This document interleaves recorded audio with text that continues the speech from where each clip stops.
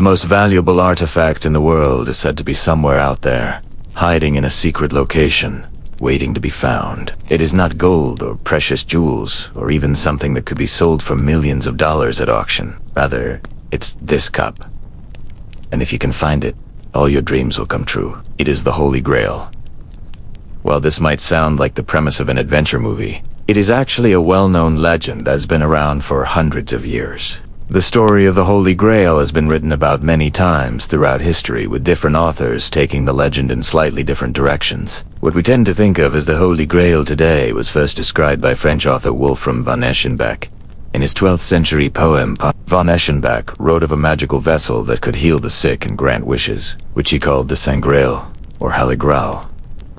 While he did not specifically say what kind of object it was, subsequent writers would come to imagine it as a chalice. However, the origins of the Holy Grail likely predate von Eschenbach's work by several centuries. Some scholars believe the Grail may have originally been a pagan symbol that took on new meaning when Christianity spread throughout Europe. Others believe it may have been inspired by actual artifacts, such as the Rossano Gospel, an ornate manuscript from around the year 1000 that contains parts of the four Gospels of the New Testament. Still, others think it may have been inspired by the simple wooden bowls used by Jesus and his disciples at the Last Supper, but we don't know for sure.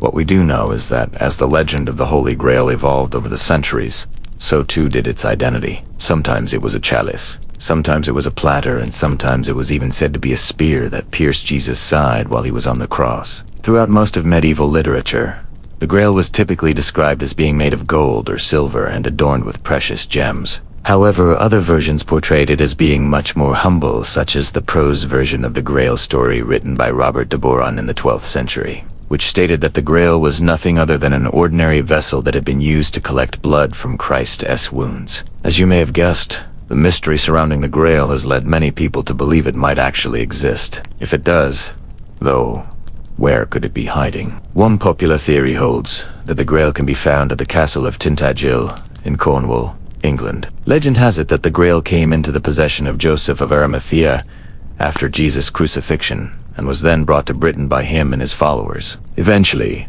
it was hidden away in a cave on the grounds of Tintagel Castle, where it has remained ever since. There are also those who believe that the Grail may actually be in Glastonbury Tor, an ancient burial mound near the town of Glastonbury in Somerset, England. According to one story, Joseph of Arimathea hid the Grail here before returning to the Middle East.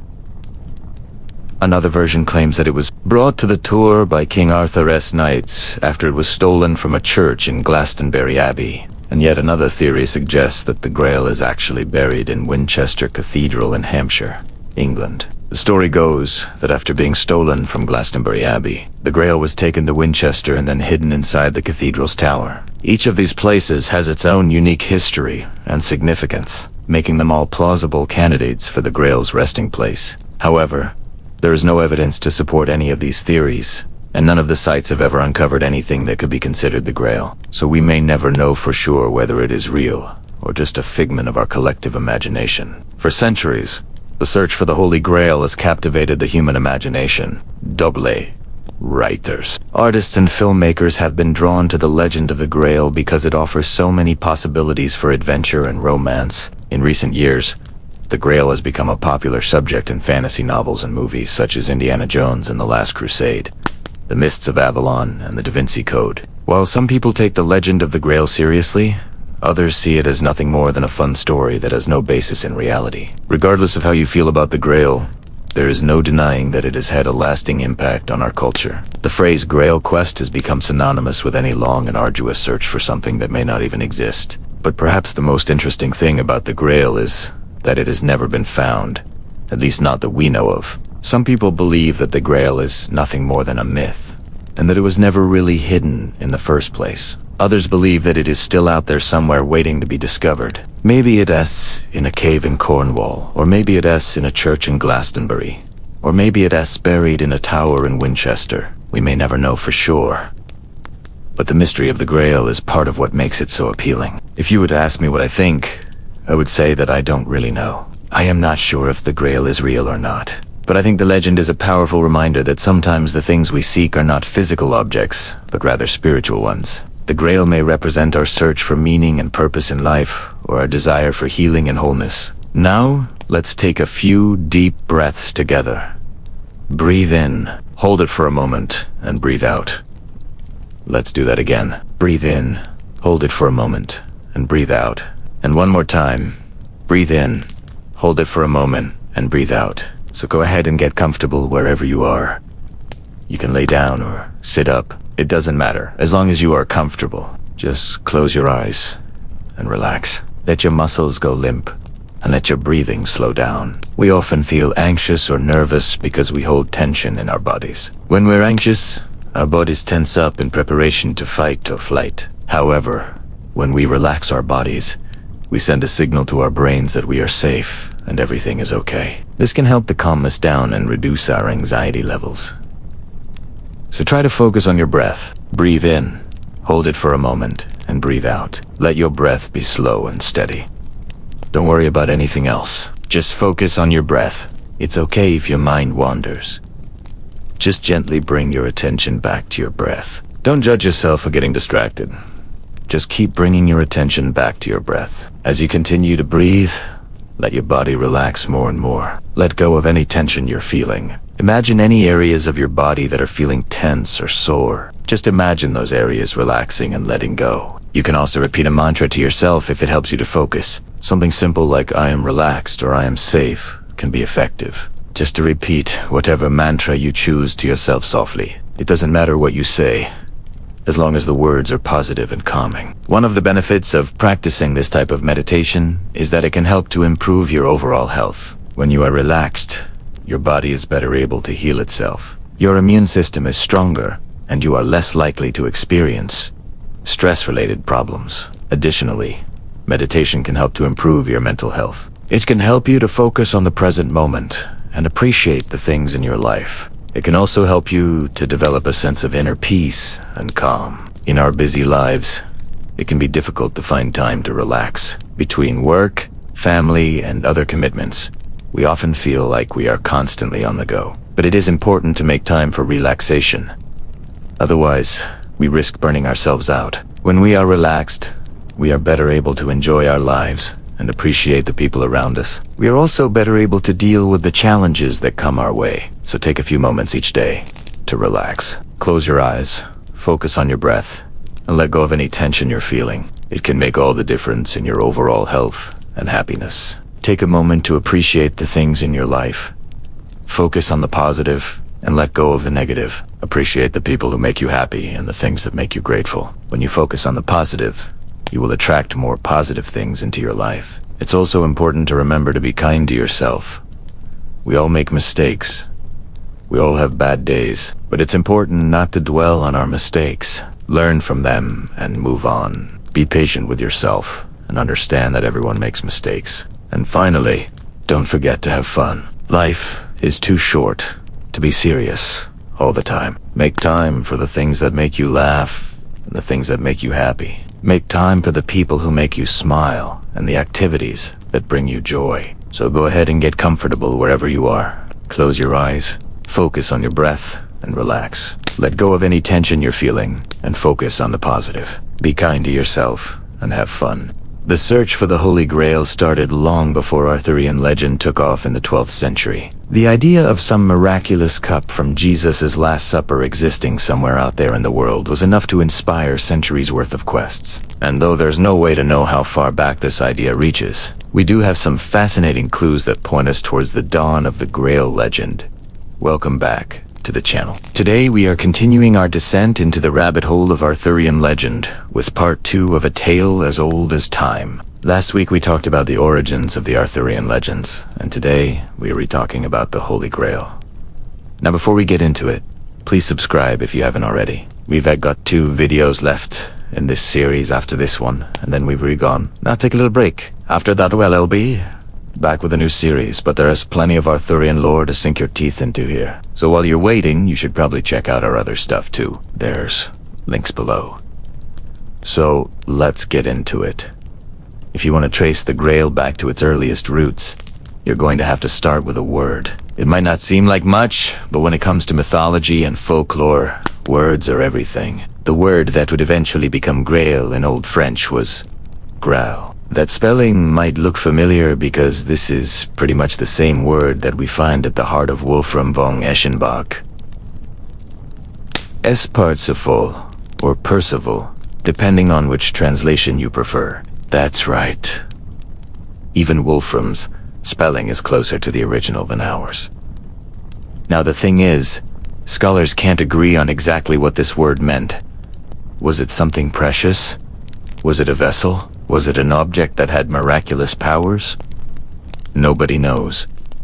All we have to go on is a handful of lines in a single poem, which doesn't make things easy. But even so, those lines tell us a lot more than we might think at first glance. The earliest mention of the Grail outside of Christian texts comes from a 12th century poem called Le Roman de Brut by French poet Chrétien de Troyes. This poem tells the story of the British from their origins all the way through to the death of Arthur. It was written around 1136, about a century before Wolfram von Eschenbach wrote his part, and in it, Chrétien gives us the earliest extant description of the Grail.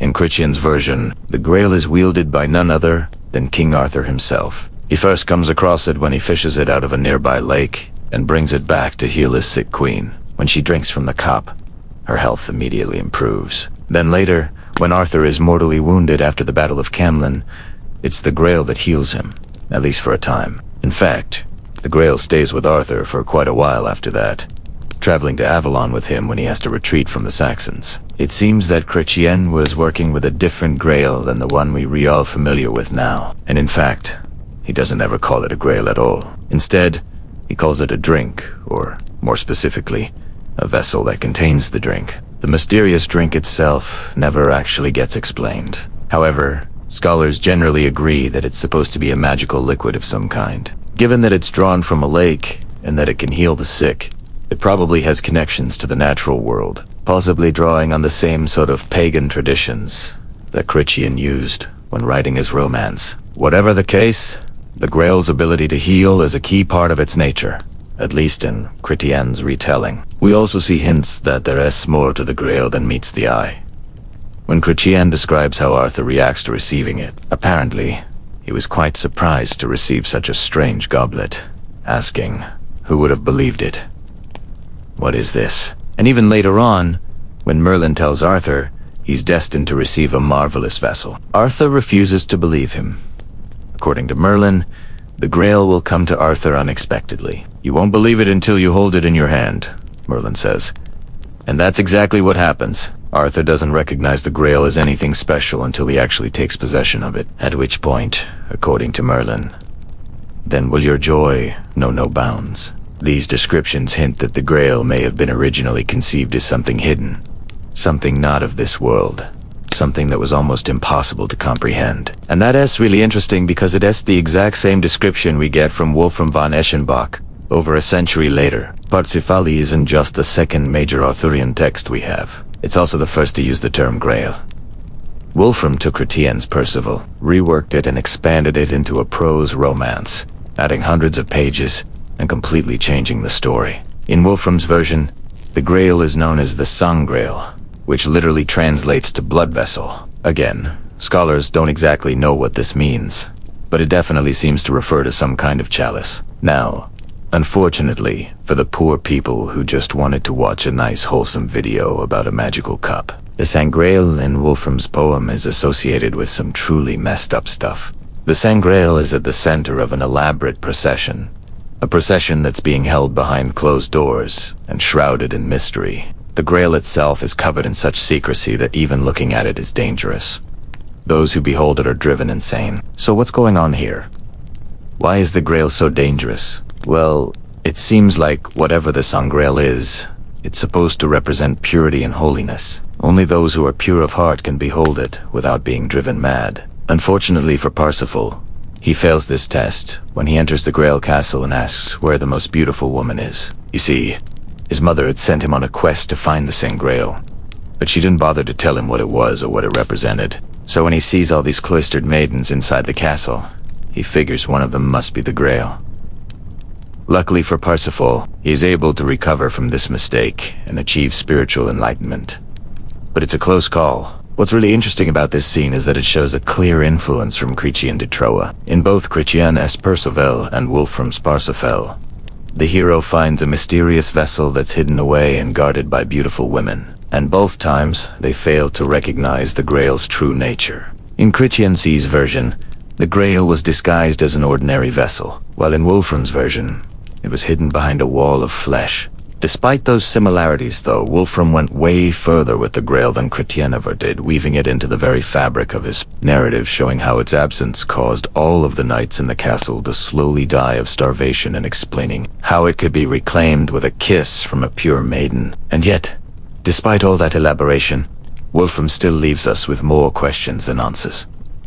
Maybe that's why the Grail Tales survive so well. The idea of a mysterious, hidden cup that could heal the sick and bring down entire castles with its mere presence captured the human imagination and inspired writers for centuries. Now, interestingly, neither Chrétien nor Wolfram were the first to write about this procession. We can actually trace the first written record of it back to a letter written by a monk named Ahriman in the year 1182.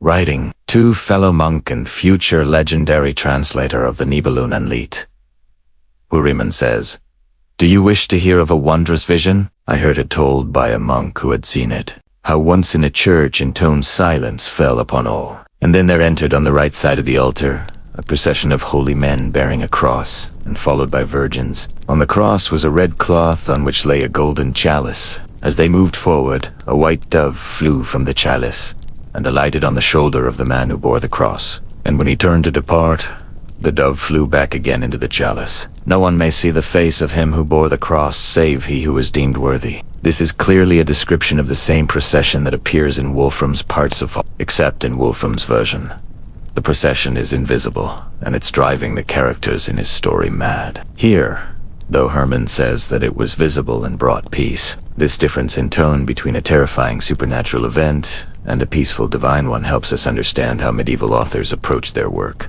They weren't just taking existing stories and rehashing them. They were engaging with them on a deep level, changing details to fit their own narratives. For example, Ahriman's story suggests that the Grail was originally conceived as a holy relic connected to Christ's Last Supper, whereas Wolfram's story doesn't seem to have any connection to Christianity at all. Instead, it feels like he was trying to build on earlier Arthurian works, creating a truly unique vision of the Grail that blended Christian and pagan elements together.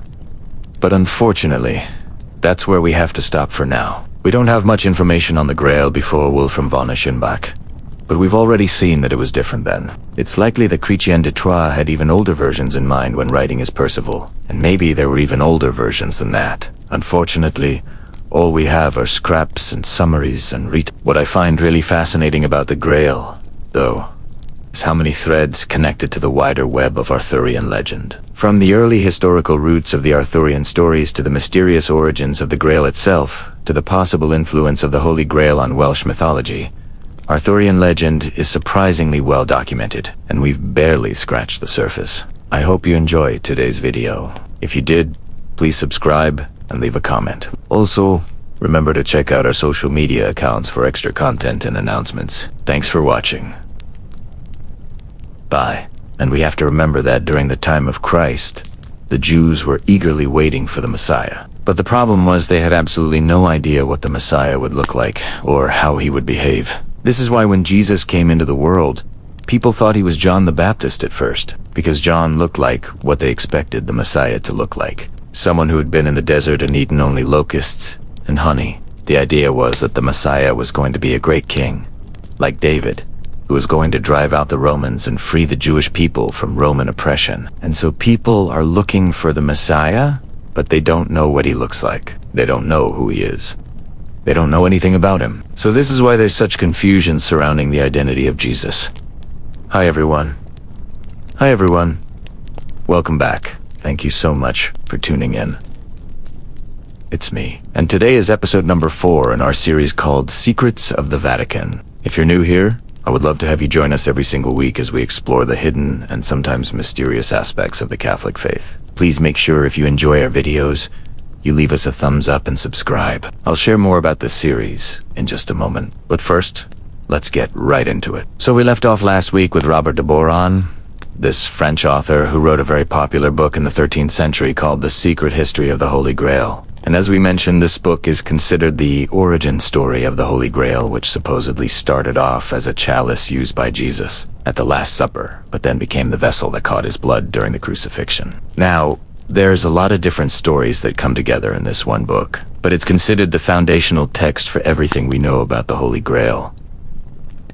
Now, we already talked a little bit about the Last Supper chalice, but now let's talk about the vessel of the Passion. This was the chalice, this sacred vessel that was used to catch the blood of Jesus Christ as he was being crucified. Let's take a look at what de Boron has to say about it. He says, after the Lord had supped with his disciples on Passover night, according to the Gospel, he told them the treachery would happen that night and predicted all that came to pass. After supper, he spoke of another secret matter. He said that one of them would deliver him up to the Jews, and that one who delivered him up should receive this chalice after he had drunk it. For Jesus knew that those Jews to whom he was going were plotting against him, and he wished to show who they were.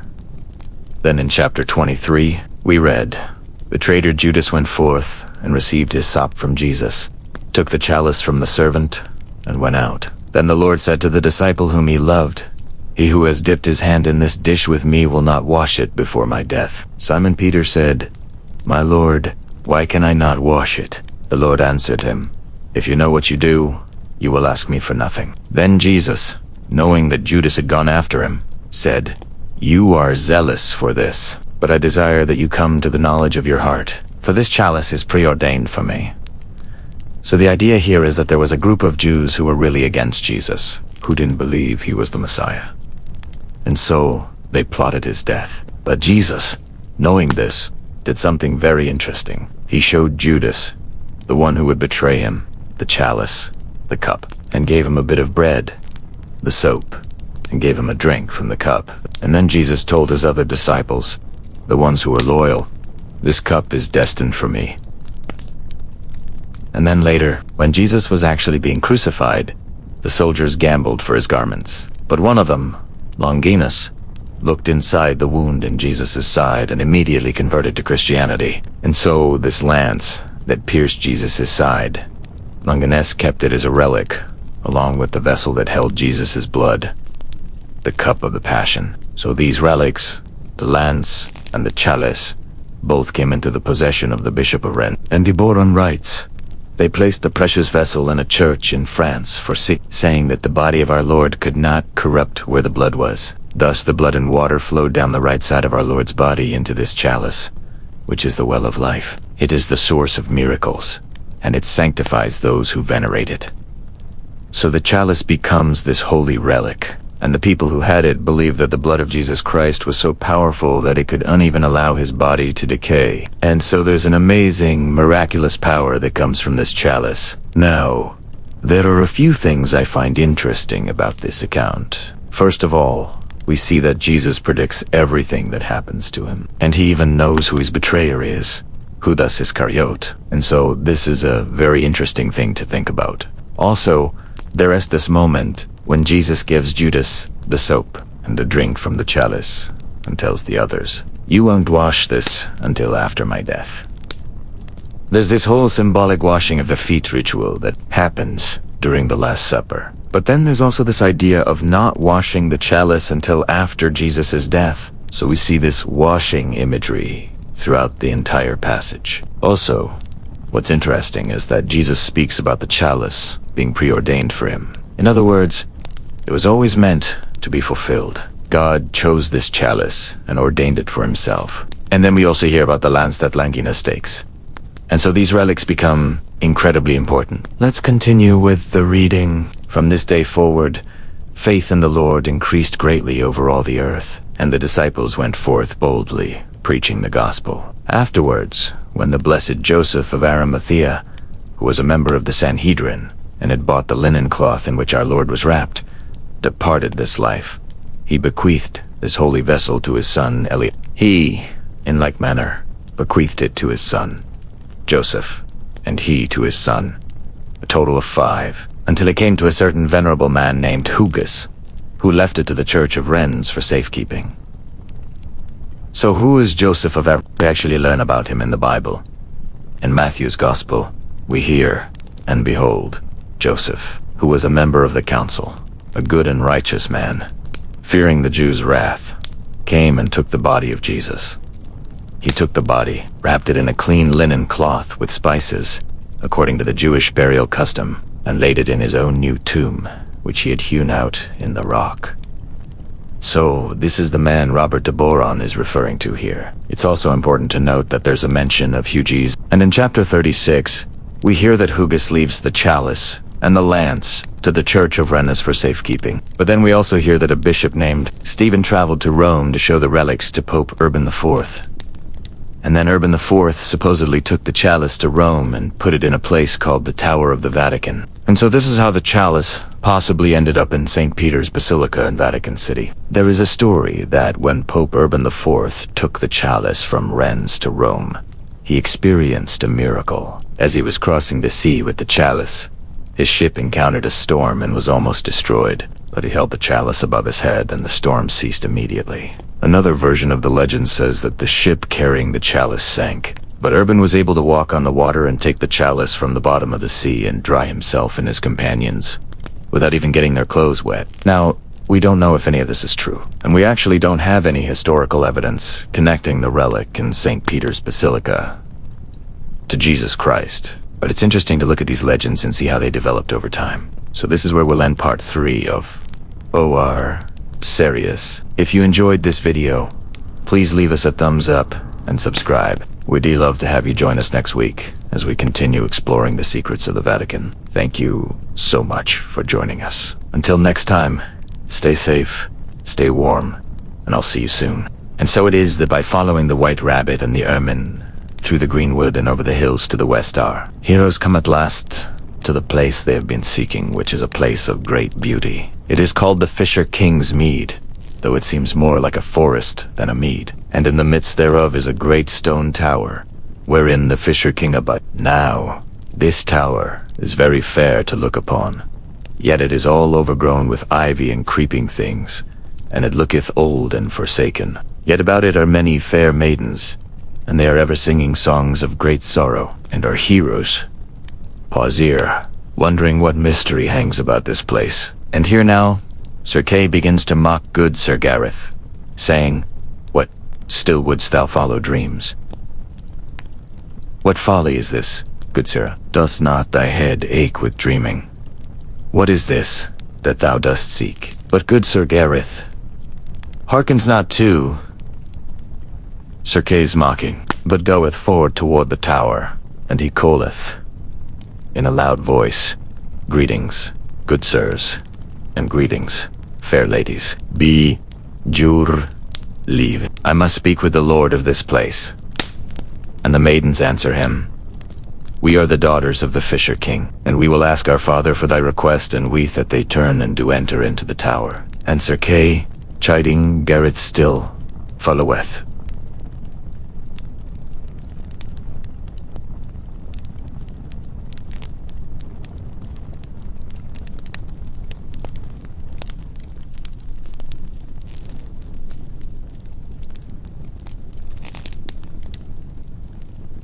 After, and soon the king himself appeared before them, seated upon a stone throne. Now his countenance was exceeding wan and sorrowful, and he sat as one that were weary. And Sir Gareth kneeled down before him and said, "Most noble Fisher King, I am come to seek the Holy Grail."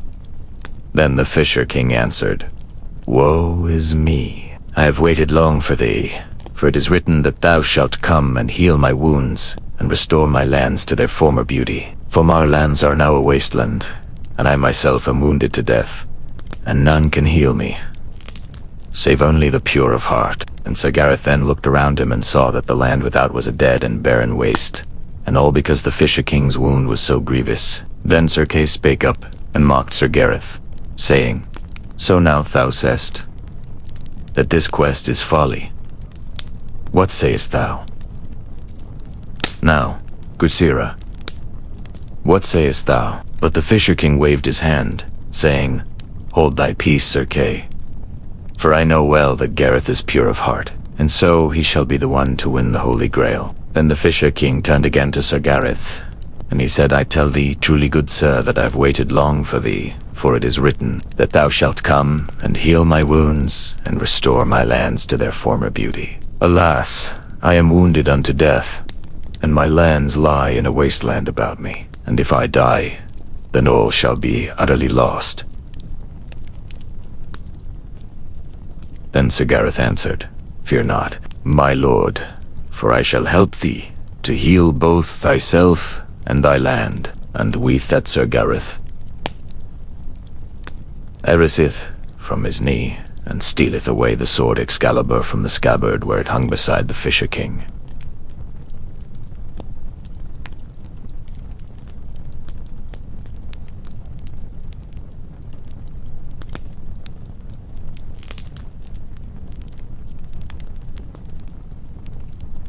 And Kay cried out, saying, By the faith of my body, thou shalt not do that.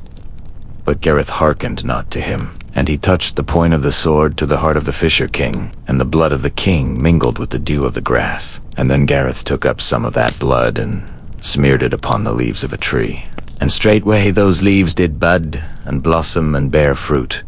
And there grew also fair flowers of many colors. And then Gareth took up some of the soil of the wasteland and cast it behind him. And straightway there grew vines, and bushes, and fair trees. And thus, bit by bit, as Gareth toiled, the land was healed and became fair to behold once more. And the maidens sang joyfully, and the Fisher King rejoiced greatly. And he said, Thou hast proven now that thou art worthy, O sir, God, and therefore the Grail shall be given into thy keeping. And with that the king gave him a vessel of gold, wherein was enclosed the Holy Grail, and the vessel itself was wrought with figures of saints and angels. And when Sir Gareth had received the vessel, then he knew that it was indeed holy, for within it he saw a white dove that flew forth and soared aloft above him, and it sang a hymn of great beauty. And Sir Gareth marveled greatly at this sight. And so then the Fisher King asked him, What boon wouldst thou ask of me? But Sir Gareth answered, No boon do I ask of thee, my lord, save only that I may see the fair chapel whereto the Grail is carried every night. And the Fisher King granted this request. So he showed him the way, and Sir Gareth went on his knees into the chapel, and he prayed long before the altar. And while he prayed, the vessel of the Grail began to glow with a great light, and the dove came down from heaven and lighted upon his shoulder. And the dove then spoke to him and said, Why dost thou pray? Good night, for thou hast proved thyself worthy, and the Grail shall be given into thy keeping. Then Sir Gareth answered, Because I am sore afraid, good dove, lest I fail in my quest, lest I turn back or be unfaithful. Then the dove said, Fear not, Sir Gareth, for thou art strong and valiant, and besides, thou hast now seen the Grail, and thou shalt keep thee steadfast. Go now, and when thou needest aid, call upon me, and I shall be with thee. And with that the dove flew away, and Sir Gareth returned to the presence of the Fisher King. Now, when Sir Kay heard this, he marveled greatly, and said, I trow never knight that went before thee had such great fortune. Blessed be the Grail, that thou art vouchsafed such tokens as these. And Sir Gareth made answer, All is of courtesy, kind sir, and I am right glad thereof.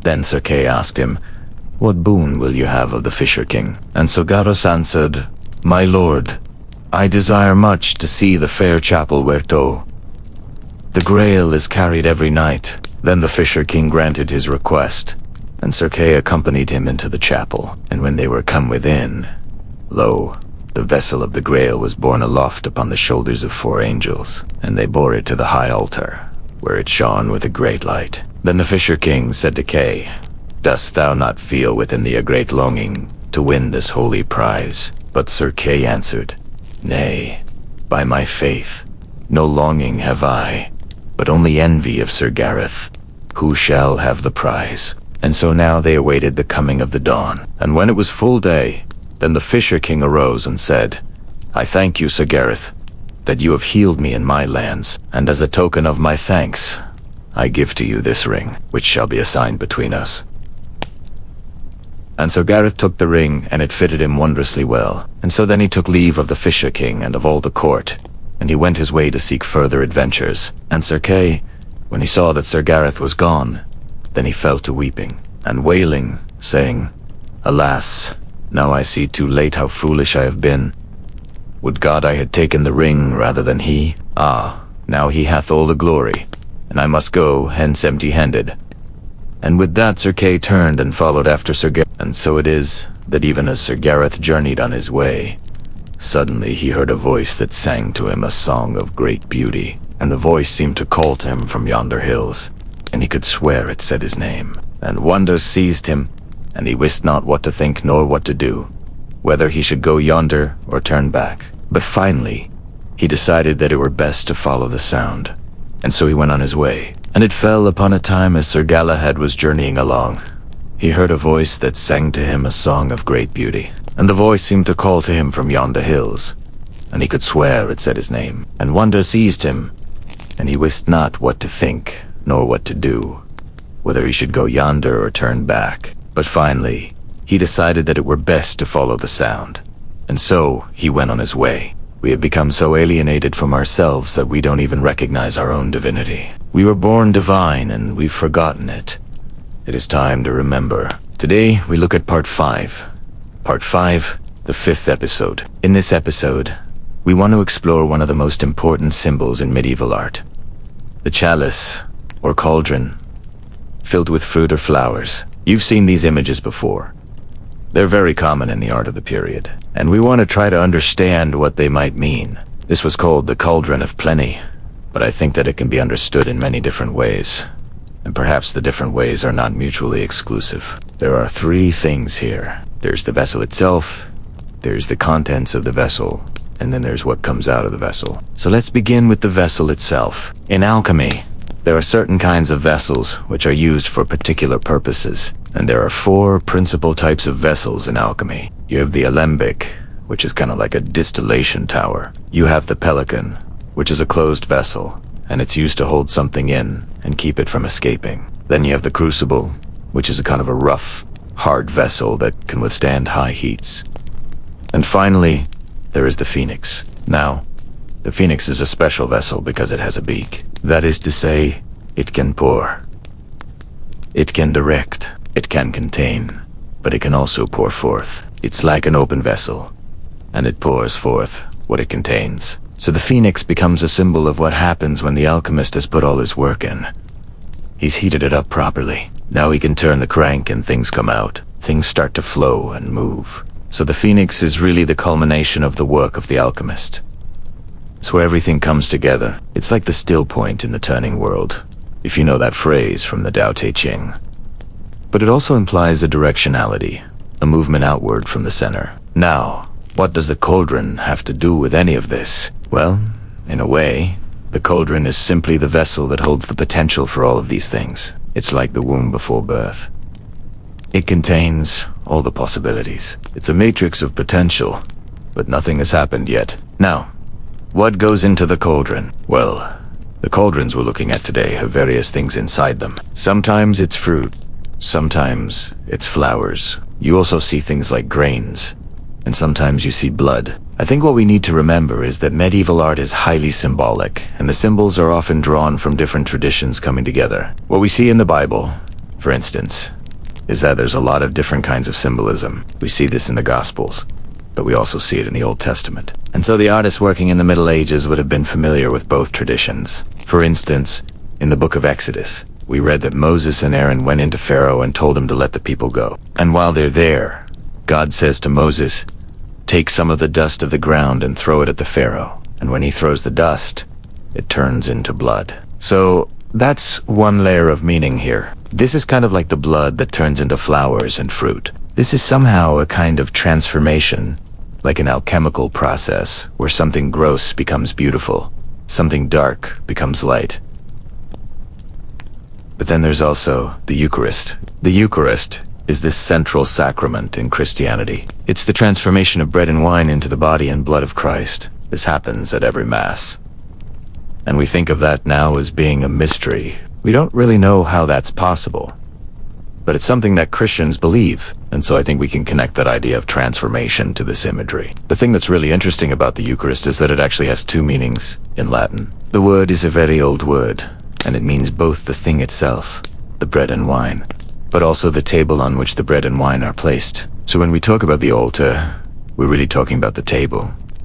And the altar in Latin is altus, and that word is also connected to another word that means to nourish. So there's a connection between nourishment and the altar, between food and sacrifice. And in the medieval period, they didn't have little communion wafers. They actually had big loaves of bread that they cut up. And the people would come forward. They would receive the bread, and then they would eat it. So it was a real meal, and we can imagine that in a way that was very powerful, that the people would come and receive the body of Christ. Then there's the Grail. And I'm going to talk about this in a moment, but I think we need to understand this scene in terms of this vessel that is pouring forth. What is it pouring forth? Well, again, there's different layers here. On one hand, there's the simple layer of abundance, right? It's a cornucopia. It's overflowing. It's like the earth is giving birth to all these things, and there's more than enough for everybody. It's like a guarantee of plenty. But then I think there's another layer here, which is this idea of the flowers and the fruit, that this is somehow related to beauty. And so I'm reminded of that line from St. John of the Cross, that God himself is beautiful. And it says that in Spanish, El radar de Omar is Dios amor, which is very interesting. Because in that language, amor can mean both love and also pain, but it can also mean beauty. So there's an ambiguity there. But it seems to me that that could apply here, that God's love is beauty, God's desire is beauty. And so that's what's being poured out here. The beauty of God's desire, the beauty of God's love. And then finally, there's the Grail. And I think the Grail is really important here because it symbolizes the fact that all of this is directed. It's intentional. It's not random. This isn't just the universe farting out flowers and fruit. It's like someone has put this in motion. And so the Grail symbolizes that, like a projector, all of this comes from the Grail. It's like the Grail is the source of all of this. So the Grail is usually represented as a golden vessel. It's like a cup or a platter. It's often decorated with precious stones. And so it's very expensive. It's very valuable. But I think that's not the important thing. What's important about the Grail is the idea that it's a vessel. It receives and it pours forth. It's a channel. And in Christian symbolism, there's a tradition of identifying the Grail with the chalice that Jesus used at the Last Supper. The chalice from which he gave thanks before he instituted the Eucharist. But there is also a parallel story in the Bible where Jesus says to a woman who washed his feet with her hair, anointing them with ointment, that wherever the gospel is preached in the world, there will this woman's name be told for the good deed that she did. And so it's like she has eternal fame. She has the Grail. She has the cup. And so, in a way, we can identify the Grail with fame, with the idea that whatever you do, the world will know about it. And that's a great thing for anyone who wants to do good works. But then there's another level here. And I think the Grail can be identified with what Jung calls the archetype of the self. This idea that we each have this wholeness within us, this completeness. And if we can recover that, then we too can pour forth abundance. We can be channels of plenty. We can be channels of beauty. We can be channels of goodness. So I think that's what the Grail represents. And so it's important, this idea of directing our lives, of having intention. Because if we're just random, if we're just sort of floating through life without any sense of direction, well, then we're not going to be able to do anything great. But if we have a vessel, if we have this golden cup inside of us, then we can be intentional. We can have a goal. We can direct our lives towards some end. And that's what the Grail is about. So I hope you found that helpful. If so, please like and subscribe. And above all, remember, you are divine. And now we move to our next claimant, the Valencia chalice. The Valencia chalice is a silver chalice and paten set decorated with a green glass enamel that was donated by King Alfonso V of Aragon to the Valencia Cathedral in 1437. The pieces are currently kept separate from each other in two different museum collections within the cathedral. The chalice is 9 inches or 22.5 centimeters in height, while the paten or plate is 8 inches or 20.3 centimeters in diameter. The artifact was likely created in North Africa and brought to Spain by Moors during their occupation of the Iberian Peninsula. After the Moors were expelled from Spain in 1492, the chalice became a trophy of war and was presented to the Catholic monarchs Ferdinand and Isabella by Rodrigo Borgia, who had been the Bishop of Valencia at the time of the conquest. However, according to a legend, which has no basis in fact, the chalice had already been owned by Joseph of Arimathea, who was said to have brought it to Spain, and so the Catholic monarchs bestowed the piece upon the cathedral. While there is no evidence to support the claim that this artifact is the Holy Grail Bishop Pedro de Luna, who was later Pope Benedict XIII, asserted that it was indeed the original cup used by Christ at the Last Supper and later used to collect his blood during the crucifixion. Supposedly, when Luna held the chalice aloft during Mass, it glowed with an ethereal light. However, later popes would come to reject these claims, and ultimately, the artifact came to be known as the Valencia chalice. In 1648, the chalice and paten were separated when the latter was donated to the sacristy of the cathedral. Both pieces were declared national treasures of Spain in 1941, and are now looked after by the Museo de los Filipinos and the Museo de America respectively. Now we travel to Turkey, where the Antioch chalice is kept at the Archaeological Museum in Istanbul. The Antioch chalice is a silver-gilt chalice with an elaborate design and is one of the finest surviving examples of early Christian art. It was discovered in 1908 by an Ottoman official named Kazim Pasador in excavations at the ancient city of Antioch, which is today Antakya. In Takya, the artifact is significant because it is the oldest extant example of a communion chalice, dating to the 5th century AD, and thus was likely used during the first millennium. When it was found, the chalice was in 2 pieces, but it was successfully restored by removing dirt and repairing the cracks using a The artifact is 7 inches or 17.8 centimeters tall and weighs approximately 510 grams. Despite its age, it is still in remarkably good condition. The chalice was crafted in Antioch, which was then the 3rd largest city in the Roman Empire. It was made for a member of the elite class, and may have belonged to the family of the Emperor Zeno, who ruled from 474 to 491. The chalice bears an inscription along the rim which reads, "May he who drinks from the chalice of the king become of good cheer." This appears to be a toast or blessing for the emperor rather than a religious text. However, it has been suggested that the chalice was commissioned by an empress named Ariadne, who was the sister of Emperor Zeno and wife of the general Aspar.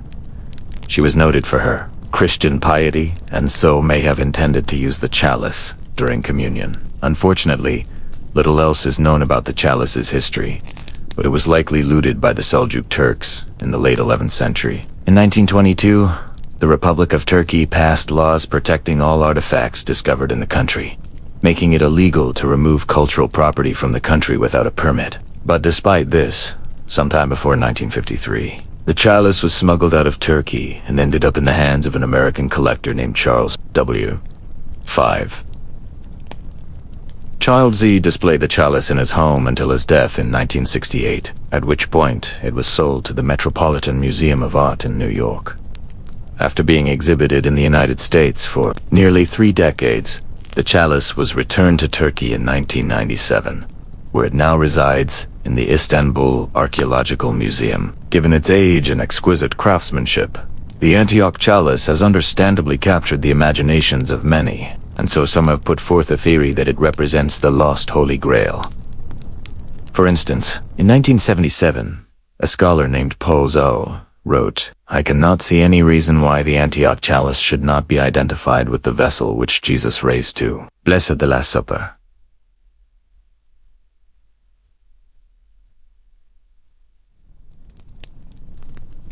However, most scholars agree that the artifact is too ancient to be the Holy Grail, as it was created well before the medieval period when the legend of the Grail emerged. Additionally, the chalice was found in pieces, and there is no indication that it was ever used for blood rituals. Therefore, it is unlikely to be the relic sought by generations of pilgrims. From Turkey, we now travel to Wales to examine the Nantios cup.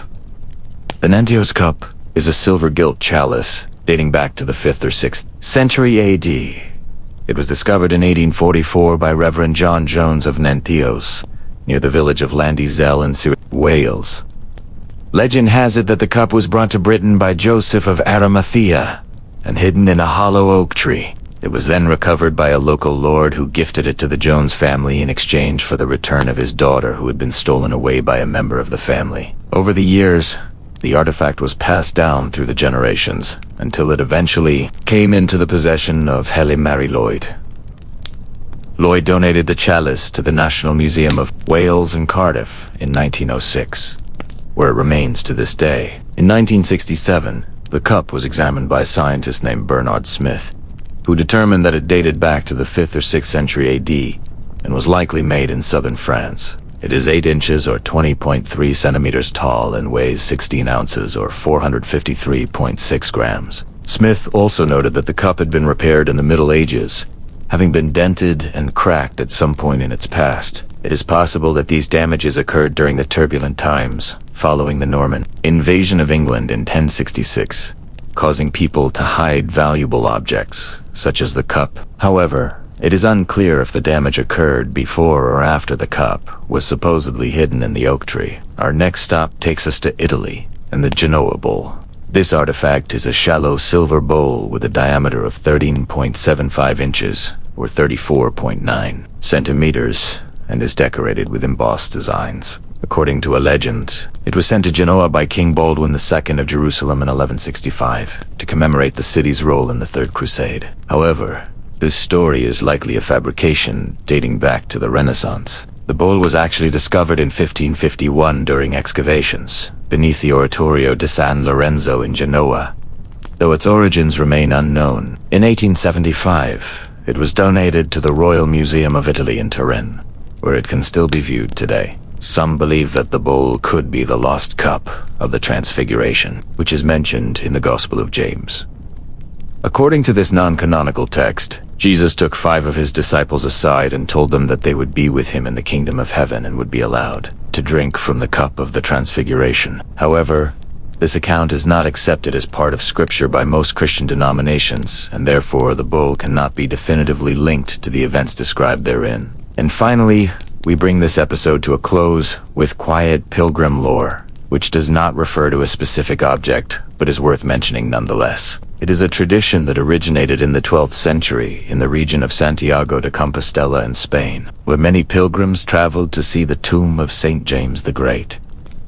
As the journey to Santiago became more dangerous, it was common for travelers to leave offerings at various shrines along the way to protect themselves against robbers, bandits, and wild animals. These gifts could include money, food, or even personal belongings. However, over time, the practice evolved, and instead of leaving their valuables behind, pilgrims began carrying small pebbles or stones with them. They would then pick up stones along the way and continue on their journey. At the end of their pilgrimage, they would throw the stones into a nearby river or other body of water, symbolizing that they had completed the journey safely. This custom continued for centuries and eventually became known as the Bridge of Stones, or Punteti. While it is no longer practiced, the tradition serves as a reminder of the lengths to which people went in order to fulfill their religious duties in the Middle Ages.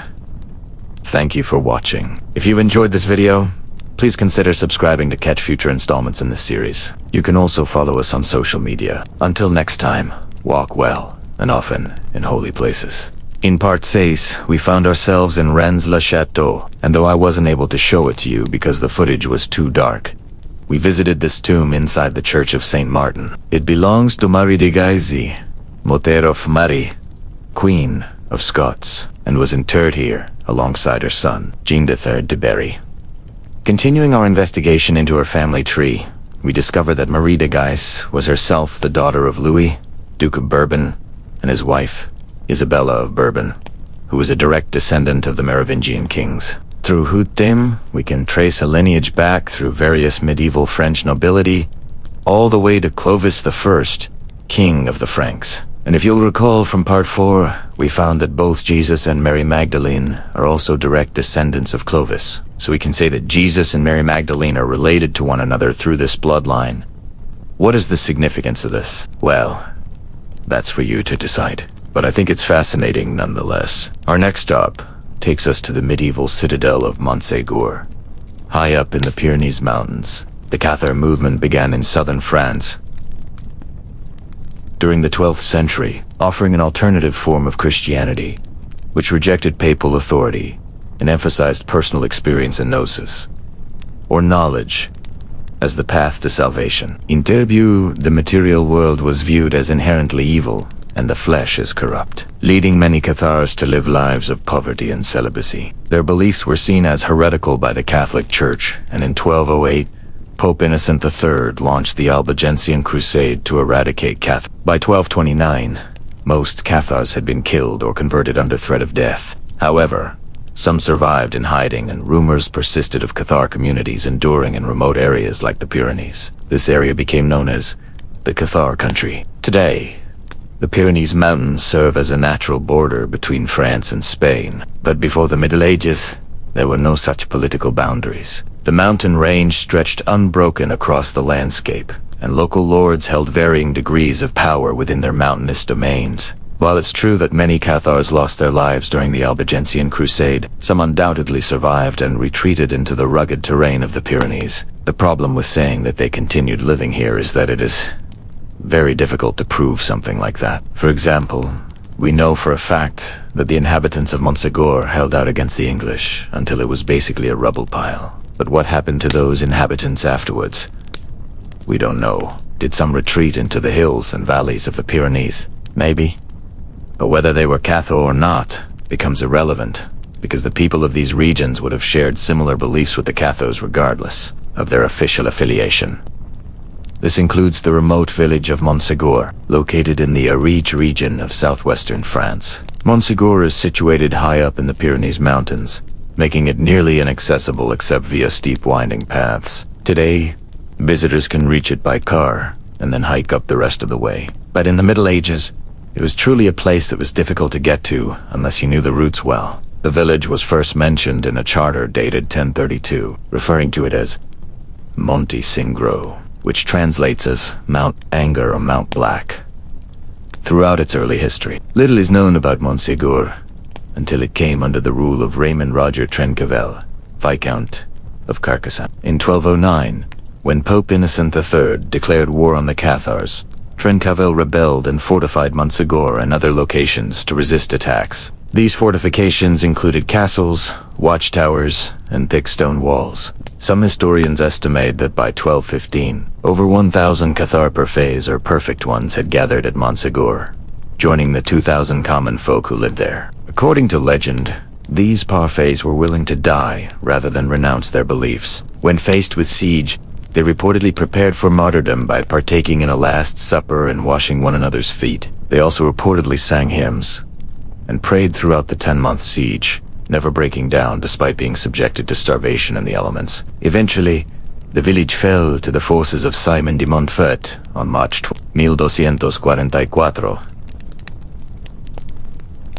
His troops captured and executed many of the Cathar leaders, including Raymond and his sons, while others were burned alive or forced to convert to Catholicism. Most of the surviving villagers fled into the surrounding mountains, becoming known as refugees, from which we get the word refugee. The Cathar presence at Montségur effectively ended by the middle of the 13th century. However, the memory of the Cathars and their unwavering commitment to their beliefs continued to live on in the region. In fact, there were several attempts to retake Monksmeg throughout the following centuries. One notable attempt occurred in 1478, when a miller named Jean Palais seized the fortress with a group of armed men. Although their occupation only lasted a few days, it symbolizes the enduring legacy of Montségur as a symbol of resistance and resilience. The site remained relatively obscure until the 19th century, when interest in the Cathars and their history began to grow among scholars and researchers. Today, Montségur stands as a testament to the struggles of the Cathar people during the Albigensian Crusade.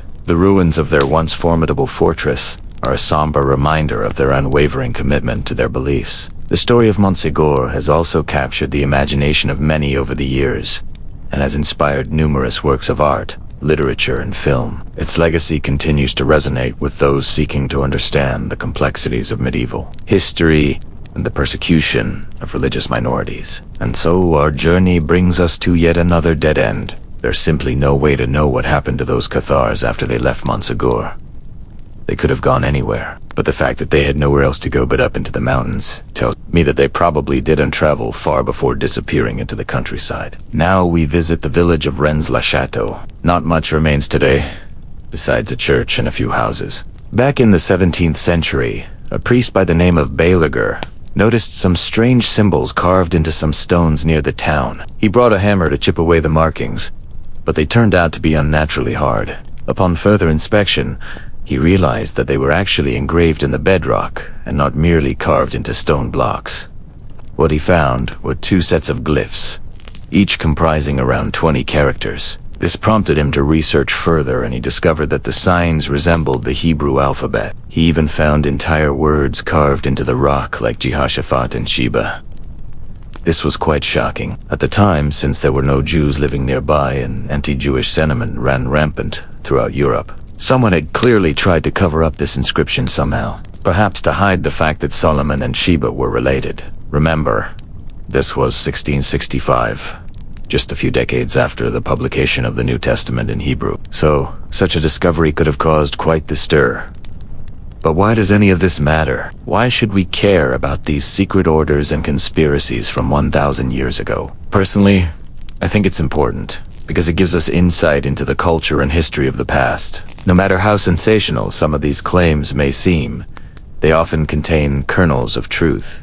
Take, for instance, the claim that Jesus and Mary Magdalene were married. Whether or not they were married is as important as the fact that such a notion even exists. This indicates that early Christians believed that Jesus had a wife, and that belief persisted through oral tradition for centuries. If that is not proof that there is more to the historical Jesus than what is found in the Bible, then I don't know what is. The same can be said for the Cathar movement. Whether or not a few hundred survived the Albigensian Crusade is as important as the fact that such a movement existed at all.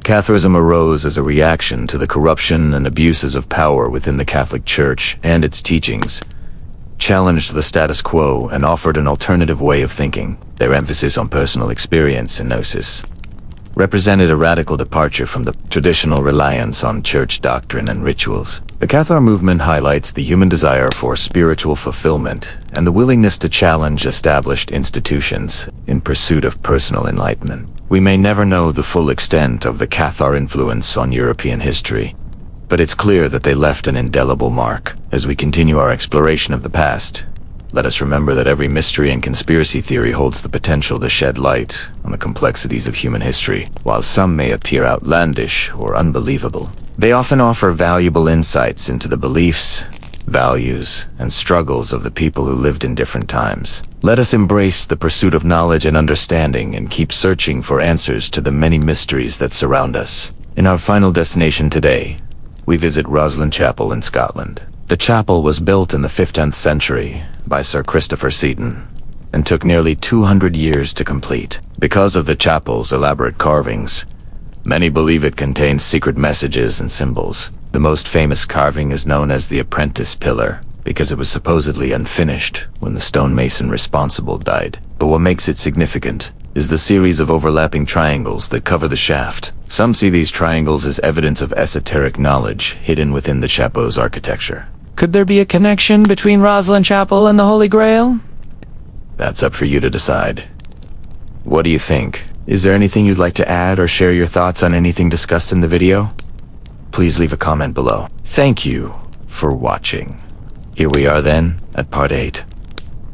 So far, in this series of videos, we have followed the route from Canterbury to Glastonbury, following the ley lines and seeing how so many ancient sites lie along these lines across England. We've seen the evidence of the Great Flood, how it has affected these places, and how it left behind the springs and wells that we see today. We saw how some of these places were probably used for pagan rituals before Christianity came to Britain, and how Glastonbury Tor was probably one of the most important places in all of Britain. In part 7, we flew to Spain and walked along the first section of the pilgrimage route to Santiago de... This is still one of the most popular walking routes in Europe, with people setting off from all over the world to walk this route. It takes around 2 months to complete, but today we'll be taking it at our own pace. just like when we followed the southwest coast path in part 6. There is so much more to see here, and I want to show you what else lies along the way. We will begin today in Glastonbury, which we know was the final resting place of King Arthur and the location of the mythical island of Avalon. Some say that Glastonbury Tor is the very heart of Britain, and from here we can see how all the ley lines seem to converge here, connecting it to other sacred sites such as Stonehenge. The name Glastonbury comes from the Old English word meaning island of the dead, and it seems strange that there should be an island here, because Glastonbury lies 150 feet or 46 meters above sea level, and it's nowhere near the coast. However, when you look at maps of the area from the time of the Great Flood, you can see that this would have been an island in a large lake that covered most of Somerset, and according to legend, Joseph of Arimathea landed his boat right here after escaping from the Romans who had come to arrest him. Because of his beliefs in Jesus, they forced him to drink bitter water and row around Britain to find somewhere to land. But when he arrived here, the people that lived here welcomed him and gave him the freedom of their land. He then planted the staff that he had been given by Jesus, and it took root and became the Glastonbury thorn. It was said to have blossomed with white flowers every Christmas until it was destroyed during the English Civil War. From here, we travel over 500 miles or 800 kilometers almost due south to Montserrat in Spain. Now, Montserrat isn't as well known as some of the other places that we've visited, but it too has its own unique history. You see, the mountain itself is sacred, and it is believed that St. George once walked up the mountainside and found a hermit living at the summit. He invited the hermit to join him on his travels, but the hermit refused, saying that he could not leave his post because an angel had told him that he was needed here. Apparently, an angel still stands guard atop the mountain, and this is why it is considered sacred. The hermitage is now a Romanesque chapel, and inside we can see the statue of the hermit. Now, Montserrat was also used by smugglers, and they carved out caves in the hillside to hide their wares from the law. These days, you can visit these caves and even stay overnight in one of the caves if you wish. When Joseph of Arimathea arrived in Britain, he landed in a cave similar to these ones, and it is said that he hid in these caves while he was waiting for his ship to arrive. The caves themselves date back thousands of years and were used for everything from pagan rituals to hiding from the Romans. In fact, there's even some evidence of prehistoric art within the caves. From here, we travel east to the Pyrenees Mountains, which straddle the border between France and Spain. There are more caves here that were used by smugglers, and they date back thousands of years. In fact, the whole area is littered with ancient sites. We're now entering the area where the Celtaberians once lived, and they were one of the last groups of people to be conquered by the Romans. In the hills nearby, we can see the remains of an ancient settlement that dates back to the Iron Age. It's not known if the people that lived here were Celtaberians, but it's thought that they may have been. As we continue through the caves, we come across another hermitage, this one dedicated to Saint Jean, or John the Baptist. This hermitage is much newer, dating only from the 15th century, but it too has a small chapel that is dedicated to a hermit. It's interesting that so many hermits chose to live in these remote places, cut off from the rest of society. Maybe they were seeking peace, or maybe they were running from something. Either way, it's a fascinating part of history that we can explore today. At the end of the cave system, we come to a clearing, and from here we can look out over the beautiful Spanish countryside. This is a great place to stop for lunch and to take in the views before we head back to the car. As we drive further into Spain, we will pass through Pamplona, which is famous for its running of the bulls. This festival takes place every July and attracts thousands of people from all over the world. They run alongside the streets of Pamplona with bulls and try not to get gored. It is definitely a sight to behold. After leaving Pamplona behind, we turn onto a small road that leads us to our next destination, Chartres. This is another city that is famous for its cathedral, which is dedicated to Our Lady. The construction of the cathedral began in 1194 and took around 200 years to complete. It is considered to be one of the finest examples of Gothic architecture in France, and is home to many works of art, including the famous royal sunscreen. And now we will enter the cathedral and follow the pilgrim's route through it. First, we walk under the royal portal, which is decorated with scenes from the life of Christ. This leads us into the nave, which is the main body of the church. The high altar is at the far end, and behind it is the choir. On either side of the nave are the aisles, which are separated from the nave by arcades. The floor is covered in marble, and there are many tombs of famous people buried here. We will pass by the tomb of King Louis X, who was the son of King Philip the Fair. He died in 1316, and his tomb is decorated with intricate carvings. From here, we go into the south transept, which is where we will find the royal sunscreen.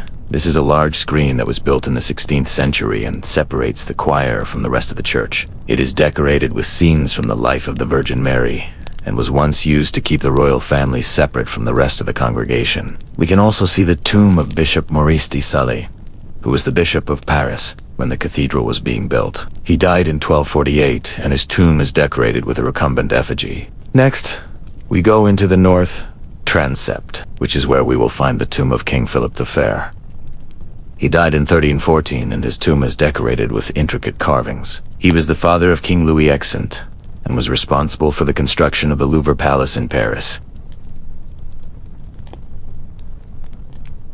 From here, we go back into the nave and stand in front of the high altar. This is the most sacred place in the church, and is where the priest says Mass. Behind the high altar is the apse, which contains the choir. Above the altar is a large window depicting the coronation of the Virgin Mary. From here, we go into the baptistry, which is where we will find the font. This is where babies are baptized, and it is decorated with scenes from the life of John the Baptist. We then go into the sacristy, which is where the priest keeps all of his robes and other things that he needs for the service. Finally, we go into the treasury, which is where we can see some of the most valuable artifacts from the church. One of the most important pieces is the crown of thorns, which is said to have been worn by Christ during his crucifixion. Another important piece is the Holy Lance, which is said to have been used by the Roman soldiers to pierce Christ's side when he was on the cross. Outside the cathedral, we can see the labyrinth that is set into the pavement. This is a medieval labyrinth that was used by pilgrims on their way to Santiago de... The labyrinth is made up of a series of paths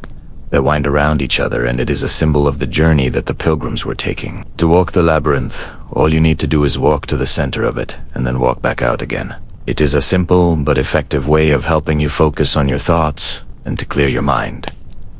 So there we have it. The second half of our journey from Canterbury to Santiago de Compostela. It's been an amazing adventure so far, and I hope you've enjoyed coming along with me. We started in Glastonbury, which is said to be the final resting place of King Arthur. Then we flew to Montserrat in Spain, where we walked the pilgrim's route to Santiago de Compostela. Along the way, we saw many amazing sights, including the caves of Montserrat, the Cathedral of Chartres, and the labyrinth that is set into the pavement outside the cathedral. In the next video, we will continue our journey along the pilgrim's route, passing through more medieval towns and villages before arriving in Santiago de Compostela. So make sure you subscribe so you don't miss out. Thanks for watching Part 9. And when in the course of human things, if indeed there ever was a course to begin with, and when, I say, in the course of that thing which is happening, as it were, now and always, when, in that course, the time comes for us to speak of the Arthurian matter, where shall we begin? There are so many ways into the enchanted land. There are so many entrances to this particular rabbit hole. It's hard to know which to choose. Do we go back to Geoffrey of Monmouth? Or do we go further back to earlier French sources? Or do we go back further still to the very beginning, wherever and whenever that may have been? Are we to trust Geoffrey at all? And what about those later medieval tales? The prose romances of the 14th and 15th centuries. Shall we delve into those instead? Or do we take a different route altogether and start with Tennyson?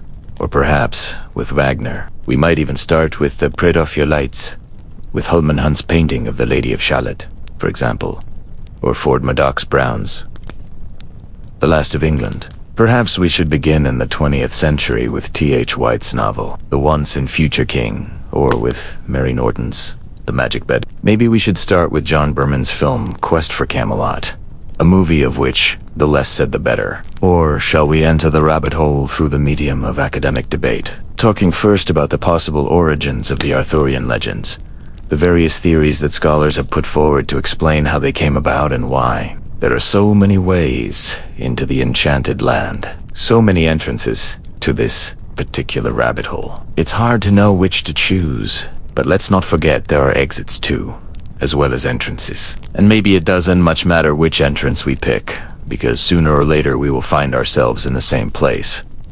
And when we get there, we will know. We will just know we're in Wonderland. So then we come to the conclusion.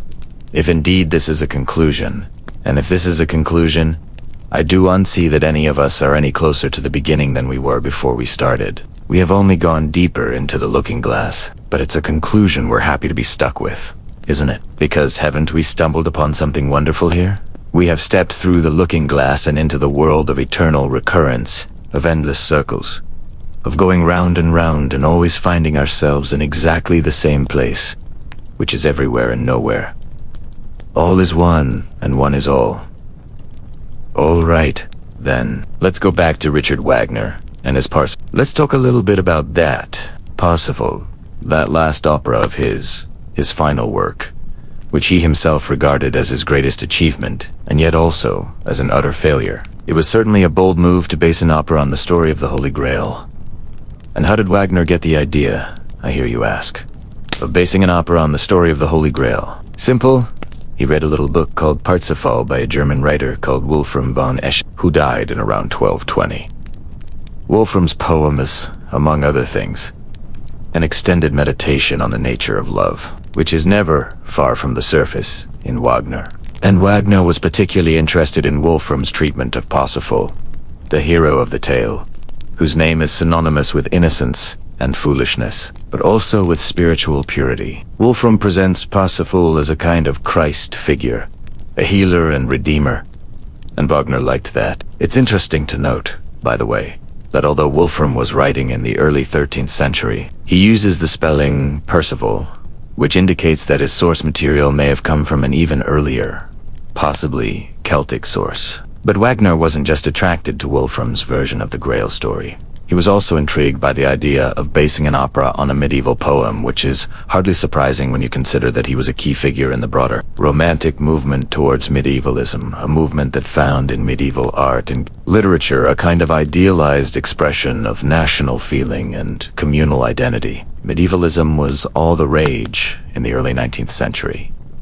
It wasn't just Wagner who was attracted to the medieval. There were painters like William Blake and John Opie, who painted pictures of monks and friars and hermits. There were composers like Berlioz and Chopin, and Liszt, who wrote music inspired by medieval themes, or who incorporated medieval instruments into their works. However, whereas Berlioz's interest in the Middle Ages was largely confined to the macabre, the supernatural, the grotesque, Wagner wanted to find a positive, life-enhancing spirituality in the medieval past. That spirituality would be enacted in music drama. Music drama, remember, was Wagner's term for opera, and it was his way of combining poetry, music, drama, dance, and visual spectacle into a total artwork which could stir the emotions and elevate the soul. As you can probably tell, it's pretty easy to see the appeal of the Grail story for someone like Wagner. Here was a tale that combined elements of comedy and tragedy, romance and realism, paganism and Christianity. Here was a story that had captured the popular imagination for nearly 800 years, inspiring countless poets and prose writers, painters and sculptors, as well as musicians. Here was a tale that lent itself perfectly to music drama, a tale that Wagner believed could become the defining work of his mature style, the apotheosis of his life's work. We won't go into detail about the plot here. That would take hours. Suffice to say, the opera tells the story of Parsifal, a young man of pure heart who is sent out into the world to seek the Grail. Having heard its bells ring, he becomes entangled in a series of adventures that test his strength, courage, and virtue. Along the way, he learns about love and loss and selflessness, and he ultimately achieves redemption through sacrifice. So why is Parsifal such a problem for Wagner? Well, the answer lies in the opera's reception history. When it was first performed in 1857 at the Bayreuth Festival, it was greeted with boos and hisses. The critics hated it, and Wagner was devastated. He had poured his heart and soul into this work, and it had been rejected.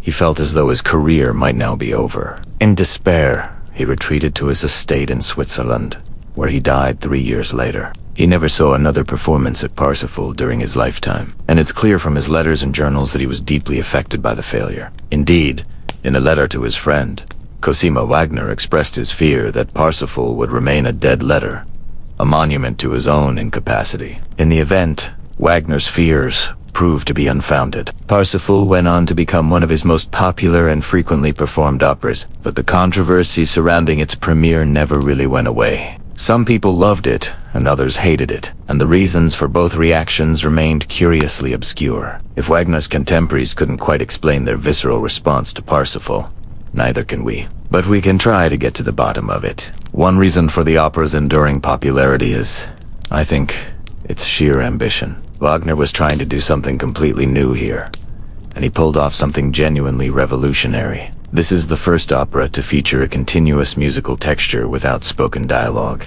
Wagner's innovative leitmotif technique, which links dramatic ideas and characters to recurring musical themes, reaches its most complex and subtle level of expression. Wagner experiments with new harmonies and orchestration techniques, creating a rich, immersive soundscape that envelops the listener. Most importantly, perhaps, is the fact that Wagner makes extensive use of a new tuning system known as mint, which produces a more natural and consonant sound than the prevailing equal temperament of the day. Wagner was so proud of his new tuning system that he designed and built his own piano to play it, and his preoccupation with sound is evident throughout the score. Just listen to the famous scene in which Parsifal discovers the Grail.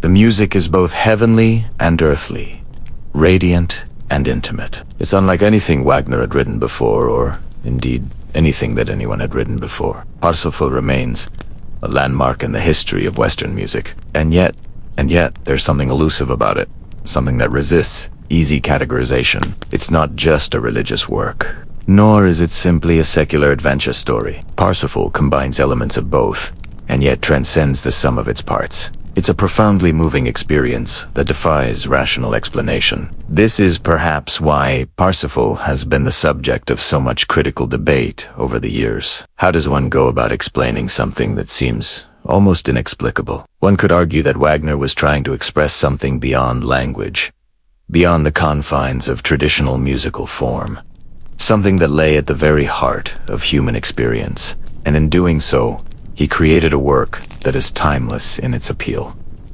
But that's just a guess. There's no accounting for taste, and however hard we try to understand what makes Parsifal tick, it will always remain something of an enigma. And so our journey continues, if indeed it ever began, and we are led ever deeper into the looking glass.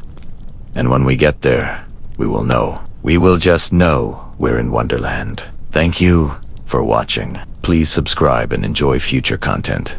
We are now entering the final phase of our broadcast. For reasons which I will explain in a moment, this is a good time to disconnect from the internet connection. If you are still able, a simple unplugging may be impossible for some of you. In that case, stay where you are and do your best to let go of your devices.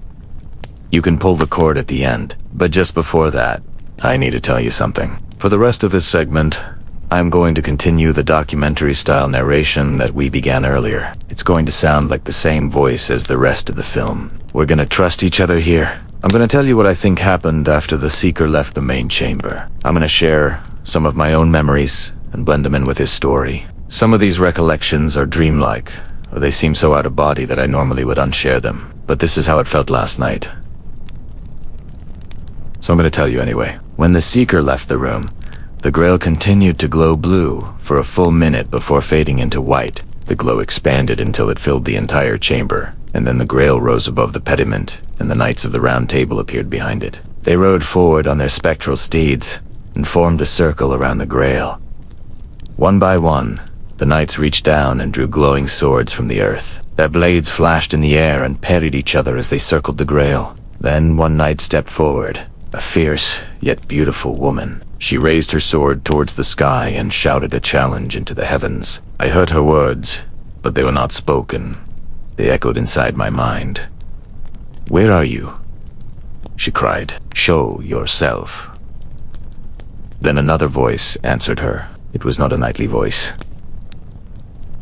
It did not come from the circle. This one came from the ceiling. It said, "Patience, child, your time will come again." The female knight lowered her head in submission and returned to the circle. The voices continued, though I could not understand their words. The male voices came from above. The female voices came from below. They argued back and forth, sometimes in harmony, sometimes in discord. They spoke of balance, of trust and betrayal, of fire and ice, of light and shadow. They spoke of the seeker who had come to the castle and the quest that lay before him. All of this was taking place inside my mind, inside the Grail castle. I felt myself rising above the round table and the Grail, floating up towards the ceiling where the male voices seemed to emanate from. I wanted to reach out and touch those voices, to speak with them. But I knew that if I made contact, I would shatter the vision, break the spell and vanish. From this vantage point, I saw the seeker standing far off, gazing at the Grail castle, rooted to the spot where he stood when he first arrived. He was looking up at the castle with wonder and reverence, almost like As Primera Washed, he began to move forward, shuffling at first, then running, stumbling, then flying through the air like a man possessed. With every step that he took, the seeker grew larger. His image towered over me like a giant. At the same time, the Grail castle receded in size, shrinking away from his approach until it became a tiny model, no bigger than the palm of my hand. I looked down at the little castle and realized that it was glowing faintly once more, and I knew that the voices were guiding the seeker towards it, leading him home. Now, this is what happened next. When I held the Grail in my hands, the seeker's quest ended, and mine began. This is the legacy of the Fisher King, a destiny that awaits us all. Each of us carries the Grail within our hearts. Each of us is capable of becoming the Fisher King. But we can only get there by traveling through the castle of our subconscious minds. We must brave the trials, slay the dragons, and cross the quicksand. Only then can we discover the Grail of our own personal fulfillment. That's when I woke up. There's so much more to tell you, so many more details, but I don't have time in this segment. I hope that you understand. What I do know is that the Grail is real. It's not some mystical object. It's a living question that asks itself. It's always present. It guides the night, and it leads us home. If you were watching live last night, you may have noticed a few hiccups towards the end of the show. Our server was being DDoS attacked, and I was unsure if we were gonna make it through the whole thing. Fortunately, we did, and thank you for being patient with any technical difficulties. That's also why I've waited so long to post this segment. Our platform went down for several hours today, and I didn't want to leave you hanging without anything. I know that this is frustrating, but this too shall pass. As long as you hold the Grail in your heart, the Grail will guide you. Remember, you are the Grail. Before we part ways for this night, let me remind you to take care of yourselves. Go outside, touch grass, walk barefoot on the earth, breathe deeply and often, gaze upon the stars, and speak kindly to strangers. Be excellent to each other and party responsibly. Most importantly, please don't forget that I love you. Yes, I know that this sounds strange, coming from someone who hides his face behind a digital avatar, but it's true. I really do love you. I hope that you can feel it. I hope that you can sense it. I hope that it gives you comfort. Since this is our final scheduled broadcast for this event, it's time for us to say goodbye. If you haven't already, please take a moment to wish us luck on our upcoming travels. This is our signal to depart. We are signing off for now, but we will return. Until then, may the Grail guide you, may the goddess bless you, and may the Fisher King protect you. Thank you. Thank you so much for coming to the Grail Castle tonight. This has been a truly magical experience, and I know that we will never forget it. My companions and I have enjoyed sharing this adventure with you. May the memory of this night bring you joy and wonder for many years to come. Until we meet again, farewell.